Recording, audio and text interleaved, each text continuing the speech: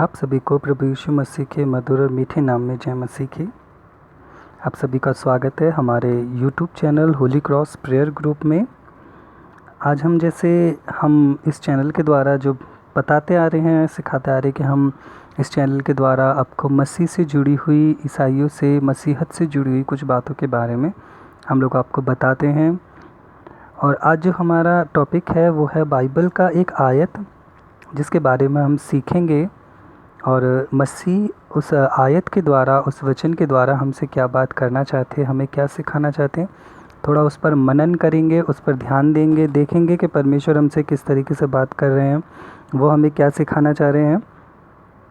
और वीडियो में आगे बढ़ने से पहले आप सभी से गुजारिश करते हैं कि जो लोग इस चैनल पर नए हैं वो हमारे चैनल को लाइक और सब्सक्राइब ज़रूर कर दें, ताकि आने वाली वीडियो का लिंक आपको सबसे पहले मिल जाया करे। और जो लोग हमारे चैनल पे पहले से हैं वो इस वीडियो को देखने के बाद इस वीडियो को लाइक ज़रूर करें, ताकि हमारी हौसला अफजाई हो और हम आपके लिए और ऐसी बातें और ऐसे वचन से जुड़ी हुई और मसीहत से जुड़ी हुई बातों को आपके सामने लेके आया करें। तो आइए हम वचन में आगे बढ़ते हैं। तो आज हम पढ़ते हैं हम पढ़ते हैं यूहन्ना का सुसमाचार 14 अध्याय, उसकी 18 आयत से 21 आयत तक हम पढ़ेंगे और थोड़ा मनन करेंगे कि परमेश्वर इस आयत के द्वारा हमसे क्या बात करना चाह रहे हैं। तो हम पढ़ेंगे यूहन्ना का सुसमाचार 18 आयत से लेकर 21 आयत तक। धीरे धीरे एक एक आयत को पढ़ते जाएंगे और उनका मतलब हम समझते जाएंगे। 18 आयत हम पढ़ेंगे। मैं तुम्हें अनाथ नहीं छोड़ूंगा, मैं तुम्हारे पास आता हूँ। परमेश्वर, यहोवा परमेश्वर, यीशु मसीह जो एक त्रिएक परमेश्वर हैं, वो हमसे एक वायदा कर रहे हैं। यहाँ अगर हम इस वचन पर देखें, वचनों को मनन करेंगे, तब हम समझेंगे कि ये हम परमेश्वर की प्रतिज्ञा के बारे में हम देख रहे हैं कि परमेश्वर हमसे प्रतिज्ञा कर रहे हैं। वो किस तरीके की प्रतिज्ञा कर रहे हैं, वो किस तरीके से हमसे बातें करते हैं। आइए हम देखते हैं इस वचन के द्वारा। वो कहता है कि मैं तुम्हें अनाथ नहीं छोड़ूंगा, मैं तुम्हारे पास आता हूँ। सबसे पहले हम लोग इस बात के बारे में जानेंगे, अनाथ नहीं छोड़ूंगा। अनाथ क्या होता है? अगर किसी व्यक्ति के 4 बहन और 4 भाई हैं, परंतु उनके माँ बाप नहीं हैं, क्या वे लोग अनाथ कहलाए जाएंगे? या जिस व्यक्ति के माँ बाप हैं परंतु बहन भाई नहीं हैं, वो अकेला है और उसके माँ बाप भी मर गए, बहन भाई भी कोई नहीं, या वो व्यक्ति अनाथ कहलाया जाएगा? अगर हम दुनियावी बातों से देखें, गौर से ध्यान दें, तो अनाथ वो व्यक्ति होता है जिसके माँ बाप ना हों। और परमेश्वर हमारा पिता है, हम उसको हर प्रार्थना, हर गुहार, हर दुआओं में उसको पिता ही कह के बोलते। जैसे हमारी एक प्रेयर है जिसको हम बोलते हैं, हे हमारे पिता, तो हम उसे अपना पिता कहते हैं। यदि वो हमारे साथ नहीं है तो हम अनाथ हैं, परंतु अगर परमेश्वर हमारे साथ है तो हम अनाथ नहीं। और वो खुद वायदा कर रहा है हमसे कि मैं तुम्हें अनाथ नहीं छोड़ूंगा। मतलब वो हमें किसी भी परेशानी, किसी भी दुख, किसी भी कलेश में वो हमें अनाथ नहीं छोड़ेगा। हर जगह, हर तकलीफ़, हर बातों में वो हमारे साथ रहेगा। लोग बाग थोड़ी सी तकलीफ़ों में, परेशानियों में जो वो घिरते हैं, तो वो सोचते कि परमेश्वर ने हमें छोड़ दिया। हमारा विश्वास परमेश्वर में स्थिर हो और हम विश्वास करें कि परमेश्वर हमारे साथ है, क्योंकि उसने इस वचन में बोला है कि मैं तुम्हें अनाथ नहीं छोड़ूंगा। परमेश्वर कहता है मैं तुम्हारे पास आता हूँ। परमेश्वर हमारे साथ ना होने से भी हम अनाथ हैं, चाहे माँ बाप सब साथ क्यों ना हो। अगर हमारा पूरा परिवार हमारे साथ है तो भी हम परमेश्वर में अनाथ हैं। अगर हमारे संग परमेश्वर नहीं है तो हम अनाथ हैं, क्योंकि परमेश्वर ही हमारा सबसे बड़ा पिता है। वो हमें कहता है कि जब तक वो हमारे साथ हैं, हम परमेश्वर में माँ बाप के साथ हैं। लेकिन अगर हमारे संग परमेश्वर नहीं है तो हम एक अनाथ हैं। हमारा फिर कोई नहीं, चाहे हमारे माँ और बाप हमारे साथ क्यों ना हो, पूरा परिवार क्यों ना हो। ध्यान से पढ़ें तो वो बोलता है छोड़ूंगा। इस शब्द को गौर से ध्यान दीजिए, वो बोल रहा है छोड़ूंगा, जो कि हमारे फ्यूचर को बताता है। फ्यूचर मतलब हमारे आने वाली बातों को बताता है कि परमेश्वर आज नहीं परंतु आने वाले हमारी आखिरी सांस तक, हमारे मृत्यु तक, हमारे मृत्यु के बाद जी उठने तक, हमारे स्वर्ग में जाने तक परमेश्वर हमारा साथ नहीं छोड़ेगा। वो बोलता है हर सदा मैं तुम्हारे साथ हूँ। वो कसम खाता है कि मैं सदा तेरे साथ हूँ। परमेश्वर वचन में आगे बोल रहा है कि मैं तुम्हारे पास आता हूँ। जहाँ हम देखते हैं कि ये परमेश्वर को बताता है हमसे कि यानी उसकी आदत को, ये प्रेजेंट, ये परफेक्ट टेंस है, मतलब परमेश्वर हमारे पास आता है। जो हमारे प्रेजेंट की जो चल रही है, परमेश्वर उस चीज़ के बारे में बता रहा है हमें कि मैं तुम्हारे पास आता हूँ। वो रोज़ आता है हमारे पास, यानी उसकी आदत है, वो रोज़ हमारे पास आता है। जैसे आदम और हव्वा के पास आता था, लेकिन हम परमेश्वर को अपने पास आने नहीं देते क्योंकि हम गुनाहों में, पापों में अभी तक धंसे पड़े हैं। हम परमेश्वर आना चाहता है लेकिन हम उसको भगा देते हैं। क्यों? क्योंकि हमने अपने परमेश्वर शैतान को बनाया हुआ है। क्योंकि हम परमेश्वर के वचनों पर कर्म और शैतान के वचनों पर ज़्यादा ध्यान देते हैं, उसके कामों पर ध्यान देते, तभी शैतान हमारे जीवन में आके काम कर। जबकि परमेश्वर कहता है मैं तुझे अनाथ नहीं छोड़ूंगा, मैं तुम्हारे पास आता हूँ। वो हमें कभी नहीं छोड़ेगा, वो रोज़ हमारे पास आता है। गौर से ध्यान दीजिए, वचन को पढ़िए। मैं तुम्हारे पास रोज़ आता हूँ ती है तो हो। ये जो हम वचन शब्द इस्तेमाल करते हैं, ये हमारे प्रेजेंट, मतलब जो इस टाइम हमारे हो रहा होता है उसके बारे में बताते हैं। जो इस टाइम हम डेली करते हैं, जैसे डेली हैबिट में होता है, मैं रोज़ खाना खाता हूँ, मैं रोज़ घूमने जाता हूँ, तो इसलिए रोज़ परमेश्वर हमारे पास आता है। 19वीं आयत, और थोड़ी देर रह गई है कि फिर संसार मुझे न देखेगा, परंतु तुम मुझे देखोगे, इसलिए कि मैं जीवित हूँ, तुम भी जीवित रहोगे। परमेश्वर इस वचन के बारे में हमसे क्या कह रहा है, उसके बारे में थोड़ा ध्यान देंगे। परमेश्वर कहता है इस वचन में, इसमें परमेश्वर हम देखते हैं कि वो भविष्यवाणी कर रहा है, हमें क़यामत के दिन के बारे में हमारी भविष्यवाणी करता है। परमेश्वर हमें बताता है क़यामत के बारे में, हमारी भविष्यवाणी हो रही है। जो क़यामत होने वाली है, आने वाली है, उसमें परमेश्वर हमें भविष्यवाणी कर रहा है। क्या भविष्यवाणी कर रहा है वो बता रहा है। देखिए, पहली बात देखिए, देखोगे। दूसरी बात, जीवित रहोगे।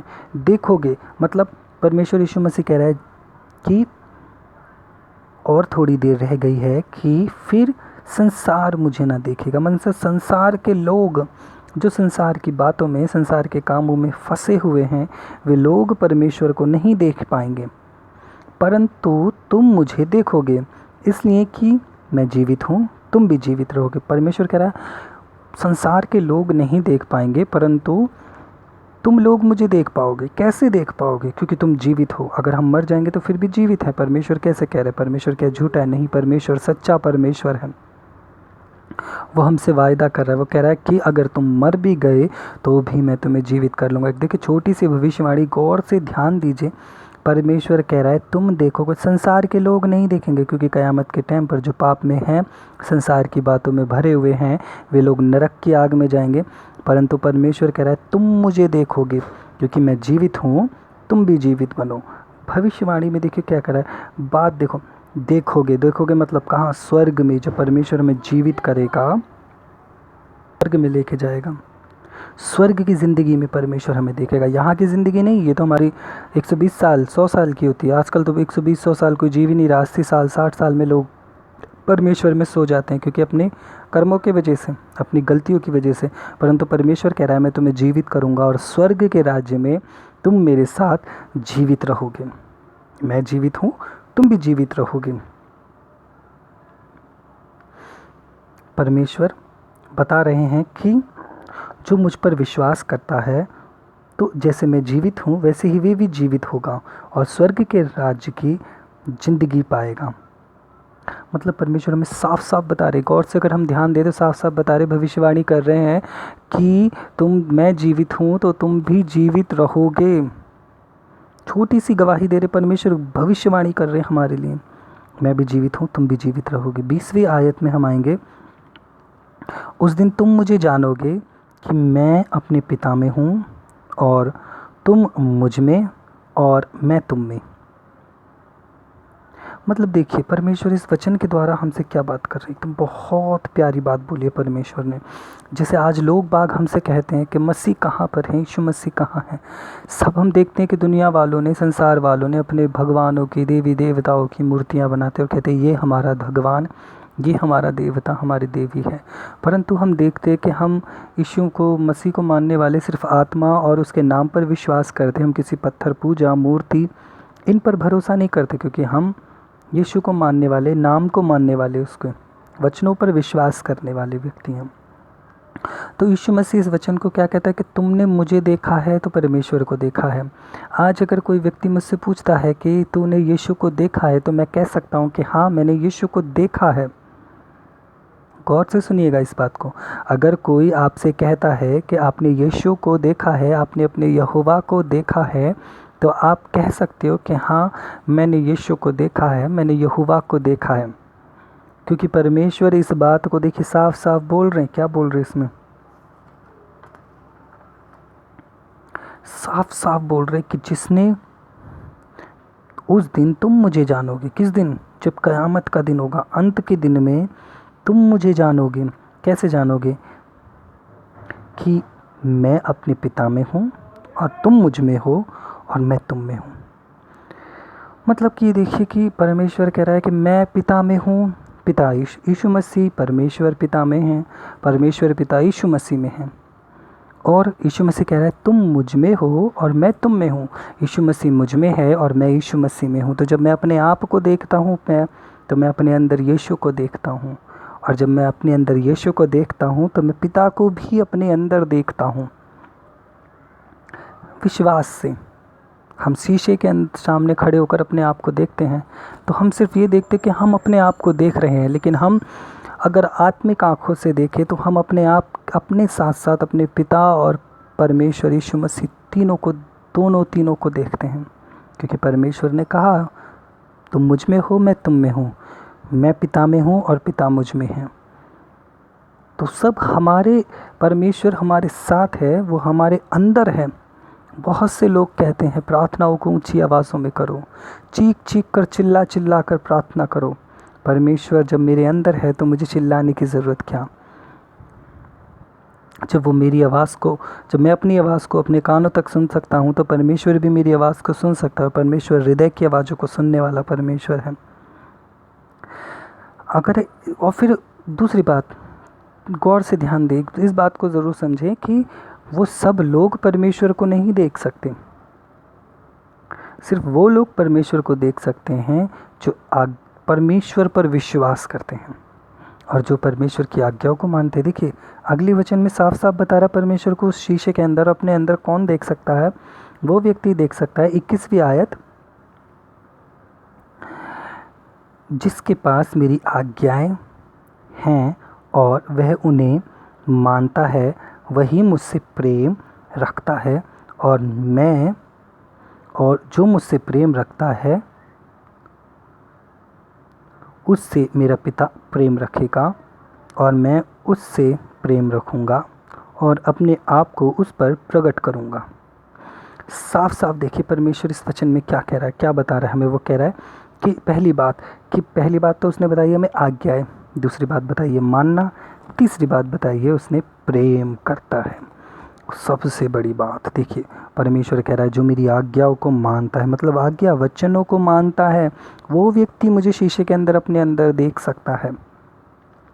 जो मेरी आज्ञाओं को मानता है, जो मेरी आज्ञा सुनता है। सबसे पहले जो पादरी होते हैं, जो वचन होते हैं, जो वचनों को सुनाते हैं, जो इवेंजलिस्ट होते हैं, अगुवे होते हैं, जो तुम्हारे मसीह लोग हैं, एल्डर्स हैं, जो भी मसीह में हैं, जो तुम्हें सुना रहे हैं, चाहे वो छोटा हो या बड़ा, जो वो बता रहा है वचन से, उसको हमें सुनना ज़रूरी है। क्योंकि परमेश्वर कहता है वो मेरी आज्ञाओं को बता रहा है। और जब वो आप उसकी आज्ञाओं को सुनते हैं, तो आपको फिर उसे सुनना ही काफ़ी नहीं, उसको मानना, अपने जीवन में पालन करना, जीवन में लागू करना ज़रूरी है। तब हम क्या करते हैं? परमेश्वर से प्रेम करते हैं। अगर हम उसकी आज्ञाओं को सुनते हैं और उसकी आज्ञाओं को मानते हैं, तो हम परमेश्वर से प्रेम रखते हैं। क्या हम इन तीनों में से किसी भी एक चीज़ को करते हैं? 3 चीज़ें, पहली आज्ञा दूसरी मानना, तीसरा प्रेम। इन तीनों में से हम किसी भी एक चीज़ को कर रहे हैं? नहीं कर रहे। हम अगर इनमें से तीनों में से एक चीज़ भी कर रहे हैं तो वो हमारे लिए काफ़ी नहीं, क्योंकि हमें तीनों का पालन करना ज़रूरी है। हमें पहले आज्ञाओं को सुनना है, फिर उन आज्ञाओं को मानना है, फिर परमेश्वर से प्रेम भी रखना है। अगर हम इन दो आज्ञाओं को मानते हैं, आज्ञा सुनना और उनको मानना, अपने जीवन में लागू करना, तो हम परमेश्वर से अपने आप प्रेम करने लगेंगे। हमें एक को नहीं परंतु तीनों को मानना ज़रूरी है। आज्ञाएं वचन सुनना, क्या हम वचन सुन रहे हैं? जो पादरी सुना रहा है, क्या उस पर ध्यान दे रहे हैं? नहीं, क्योंकि पादरी हमें कितना भी बताए, हम लोग चर्च के अंदर आपस में बातें करते हैं। पादरी बेचारा वो पूरी रात पूरे दिन बैठकर जो वचनों को तैयार करता है, मेहनत करता है, वो पुलपिट पर, वो चर्च के अंदर खड़ा होकर आपको सुना रहा है वचन, परंतु आप सुनने के बजाय इधर उधर बातों में लगे हुए हैं। बहुत से लोग मोबाइलों को चर्च के अंदर चलाने में लगे हुए हैं। क्या हम उन वचनों को सुन रहे हैं? नहीं सुन रहे। दूसरी बात, मानना, पालन करना, जीवन में लागू करना। जब हम वचन ध्यान से सुन ही नहीं रहे हैं तो हम उस वचन को कैसे समझेंगे, कैसे मानेंगे? मतलब पादरी जब हमें जो वचन सुना रहा है और हमारा ध्यान इधर उधर है, तो हम कैसे उस वचन को सुनेंगे और कैसे मानेंगे? परमेश्वर कहता है कि तू बुरा मत कर, परंतु हमने वो वचन सुना ही नहीं और हम अपने जीवन में बुरा कर रहे हैं, तो हम कैसे परमेश्वर को मान सकते हैं? परमेश्वर कहता है व्यभिचार मत कर, और हम फिर भी परमेश्वर के उस वचन को नहीं सुना। पादरी ने तो बोल दिया, हमने नहीं सुना, लेकिन हम फिर भी नहीं सुनने के बाद और हम लड़ रहे हैं, व्यभिचार कर रहे हैं, दारू पी रहे हैं, नशा कर रहे हैं, तो हम कैसे वचन को अपने जीवन में लागू कर रहे हैं? जब हम वचन को सुन नहीं रहे, उसको अपने जीवन में लागू नहीं कर रहे, मान नहीं रहे, तो हम परमेश्वर से कहाँ प्रेम कर रहे हैं? हम सिर्फ परमेश्वर में तो हैं, परंतु यीशु के नहीं हैं। यीशु में हैं, परंतु यीशु के नहीं हैं, क्योंकि हम यीशु में होने के बावजूद भी यीशु के नहीं हैं। हम उस शैतान के, जो हमें हमेशा भटकाता है, उसके बने हुए बैठे हैं।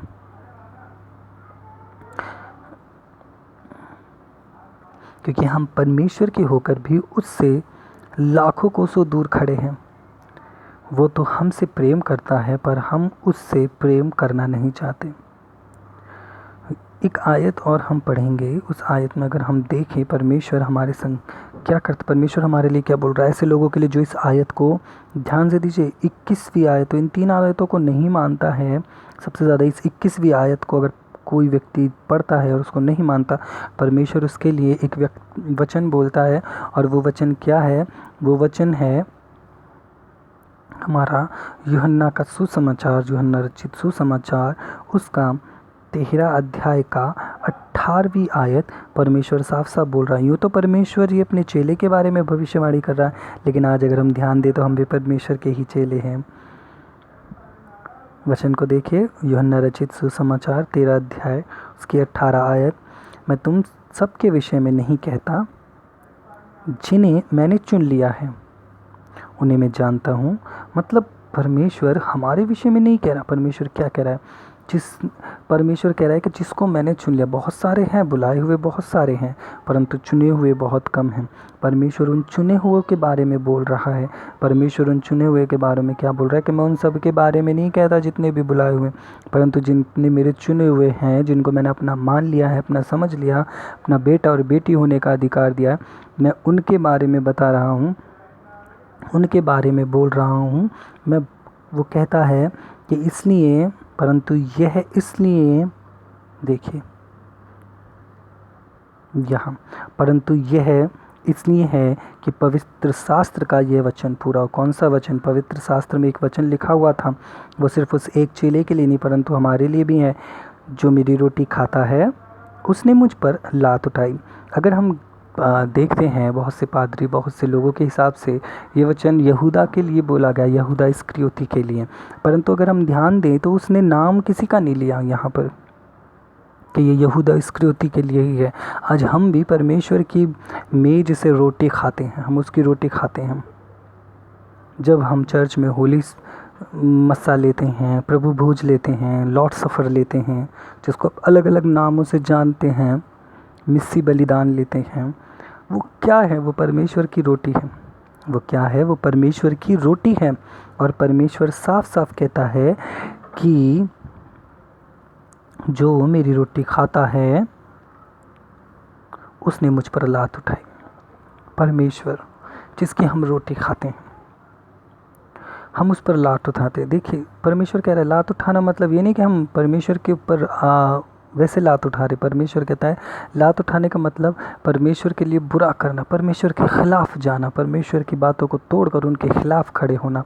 परमेश्वर इस वचन में सबके लिए नहीं, परंतु वो अपने उन चुने हुए के बारे में जो मसीह के हैं, जिनको उसने क्या क्या दिया है। देखिए परमेश्वर उन वचनों के बारे में बोल रहे लोगों के जिनको परमेश्वर ने क्या क्या दिया, क्या क्या दिया। एक बार गिनते, परमेश्वर हमें क्या क्या देता है। पहली बात बरकत देता है परमेश्वर हमें, दूसरी बात चंगाई देता है परमेश्वर हमें, तीसरी बात सामर्थ्य देता है परमेश्वर हमें, चौथी बात रोज़गार देता है परमेश्वर हमें, पांचवी बात पवित्रता देता है परमेश्वर हमें, छठी बात क्षमा करता है, हमारे पापों से क्षमा देता है परमेश्वर हमें। बहुत सी ऐसी बातें हैं जो परमेश्वर हमें देता है।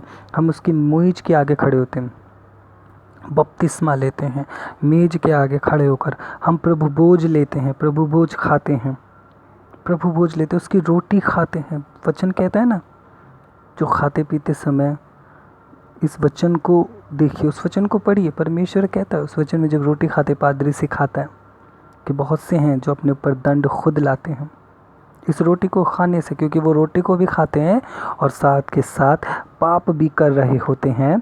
तो वो क्या करते हैं, अपने ऊपर दंड खुद ला रहे होते हैं।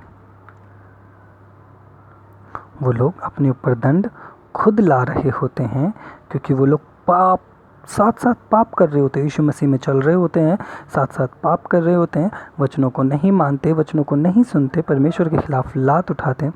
परमेश्वर हमें इतनी सारी चीज़ें देता है, वो बरकत देता है, चंगाई देता है, सामर्थ्य देता है, रोज़गार देता है, पवित्रता देता है, क्षमा देता है, परंतु और भी बहुत सी सारी चीज़ें हैं जो वे देता है।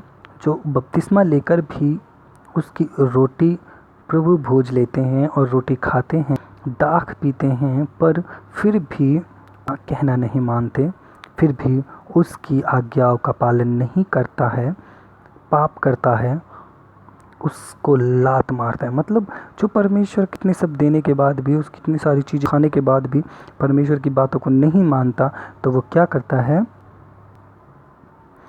परमेश्वर पर लात उठाता है।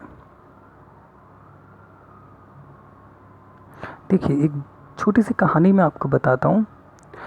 दो व्यक्ति हैं, दो माँ बाप हैं, एक व्यक्ति के अलग और एक व्यक्ति के अलग, ठीक। उनके एक एक बेटा है। एक व्यक्ति जो है, उसका जो बेटा है वो बहुत अच्छा है, उनकी बातों को मानता है, उनकी हर एक आज्ञा को मानता है, जो वो बोलते हैं वो उसको सुनता है, जो वो कहते हैं वो उसको करता है। परंतु दूसरा व्यक्ति जो है, उसका जो बेटा है, वो उसको जो भी बोलता है वो कभी नहीं सुनता उनकी बातों को। जितना जो वो बोलते हैं कि बेटा इसको मत कर, वो उसको उल्टा करता है, जो भी वो काम करते हैं उसको उल्टा कर। तो देखिए आप ही सोचिए, जो माँ बाप का अच्छा बेटा है, तो वो उसे महीने में, साल में हर चीज़ देंगे, कपड़े सिलवाएंगे, अच्छा देंगे, घूमने के लिए भी ले जाएंगे, पैसा भी देंगे, उसको पॉकेट भी देंगे, और उनका जी खुदा उस बच्चे के लिए, जो वो कहेगा वो उसके लिए करते रहेंगे। परंतु जो वो दूसरा व्यक्ति है कि माँ बाप बुरे हैं, जिसका माँ बापों का बेटा बुरा है, जो अपने माँ बापों की बातों को नहीं मानता, क्या उसके माँ बाप उसके लिए कुछ करेंगे? क्या वो उसको अच्छे से अच्छा खाने के लिए देंगे? नहीं। क्या वो उसको रोज़ कपड़े, हर महीने कपड़ा सिलवाएंगे? नहीं। क्या वो उसको कहीं घुमाने ले जाएंगे? नहीं।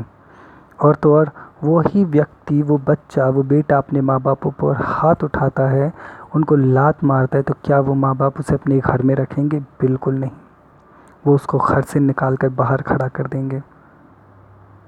लेकिन इस बात को हमारे परमेश्वर के ऊपर लेके जाइए। परमेश्वर आज तक तुम्हें अपने घर के लिए, हम सभी को अपने घर के लिए तैयार कर रहे हैं, परंतु आज फिर भी हम उसके ऊपर लात उठा रहे हैं, उसे मारने के लिए आ रहे हैं, उस पर लात उठाते हैं, जबकि वो हमारा पिता है। वो कहता है वो हमारा पिता है, और हम उसकी बातों को नहीं मानते, उसके वचनों को नहीं मानते और उस पर लात उठाते। तो मेरे प्रिय बहन भाइयों, अब भी बहुत समय है हमें अपने आप को और अपने जीवन को बचाने के लिए, ताकि हम परमेश्वर के क्रोध से बचें। ये जो बीमारियां चल रही हैं, इन बीमारियों से बचें, क्योंकि ये बीमारियां ही परमेश्वर का दंड बनकर हमारे ऊपर उतरती हैं। इसलिए अपने आप को, अपने मन को नम्र बनाते हुए और परमेश्वर की आज्ञाओं को सुनकर उनको मानते हुए, उस पर विश्वास करते हुए, उसके भय में चलते हुए परमेश्वर में आते रहें।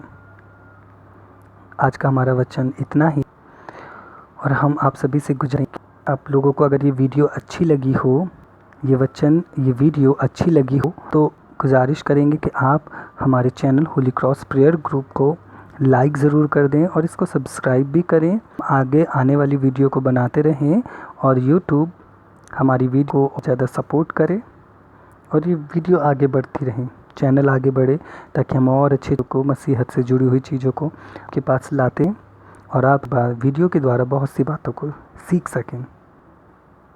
तो इसलिए अब हम चलते हैं और आने वाली वीडियो में हम एक बार फिर मिलेंगे। परमेश्वर आप सभी को बरकत, आपकी बीमारी, परेशानी, सब चीज़ों से प्रभु यीशु मसीह, और हम आप सभी के लिए परमेश्वर के वचनों अनुसार हर समय प्रार्थना करते हैं। तो यदि किसी बहन या भाई को अपने लिए हमसे प्रार्थना करवाना है, तो हमारे कमेंट बॉक्स में अपने लिए अपना नाम और अपनी बीमारी के लिए कमेंट कर सकता है या अपना नंबर छोड़ सकता है, और हम उसके पास कॉल करके उसके लिए प्रार्थना करेंगे। उसकी बीमारी, उसकी परेशानी, दिक्कत, किसी भी तरीके की जो होगी, हम उसके लिए, और परमेश्वर उसमें आपको राहत देगा। तो आप सभी को प्रभु यीशु मसीह के मधुर मीठे नाम में जय मसीह। God bless you.